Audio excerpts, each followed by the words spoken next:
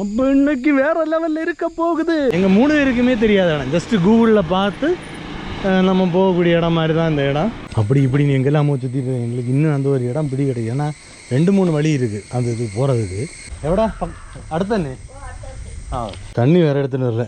அல்லாமல் நம்ம எய்ம் பண்ணி வந்த இடம் வந்து அது போகிற வழியில் இடையில எங்கேயோ கட் ஆகணும். செய்த பாவத்தை எல்லாம் தீக்கு கடவுளாக ஏற்றுனது. கரெக்ட். நல்லா இருக்கும் போல இது கேட்டிடா. சரி எங்கே விட்றே நீ எப்படி நெருங்கினமா இல்லையா? அப்போது போயிட்டே இருக்கோம். வயசான காலத்தில் இதெல்லாம் நமக்கு தேவையா? தண்ணி நாங்கள் பார்க்க போகிறோம்.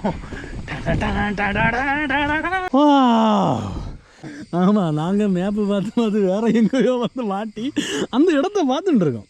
நாங்கள் ஆக்சுவலாக இங்கே இப்படி வந்துட்டு இதில் தான் டைவர்ட் ஆகி போனோம். அங்கே ஸ்டாப் ஆச்சு. இனி இந்த வழியை விட்டுட்டு இப்படி போனோம். அந்த இது எப்படி இருக்குன்னு பார்க்கணும்.